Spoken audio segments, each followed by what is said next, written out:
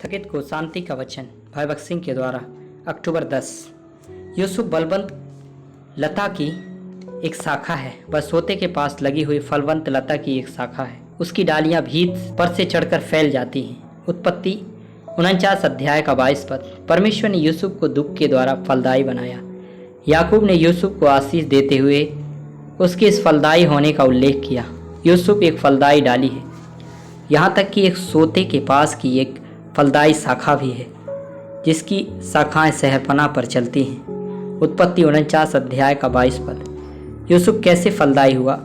जब वह छोटा था तो उसके अपने भाई उससे बैर करते थे क्योंकि उसने उनके साथ होने से इनकार कर दिया था और उनकी बुरी आदतों में उनके साथ नहीं हुआ। उनका पिता याकूब यूसुफ से प्रीति रखता था, सो वे उससे ईर्ष्या करते थे। वे उसे मार डालना चाहते थे, लेकिन अंततः उन्होंने उसे गुलाम के रूप में बेच दिया। इस प्रकार वह मिस्र में लाया गया और वह पोतीफर के घराने में दास बन गया। यहाँ उस पर झूठा आरोप लगाया गया और कैद में डाल दिया गया और 2 साल के लिए पूरी तरह से भुला दिया गया। ये क्लेश लगभग 15 वर्ष तक उसके साथ साथ रहे, परंतु जब वह 30 वर्ष का हुआ तब प्रभु ने उसे उठा लिया और उसे फिरौन के सामने ले आया। ये 15 साल के दुख व्यर्थ नहीं गए। परमेश्वर ने उनका उपयोग यूसुफ को एक बहुत ऊंचे पद के लिए तैयार करने के लिए किया।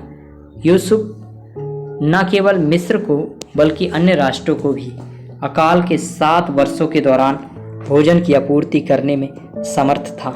भजन संहिता 105 का 16 से 22 पद में हम पढ़ते हैं कि कैसे यूसुफ ने एक दास के रूप में और फिर एक कैदी के रूप में दुख उठाया।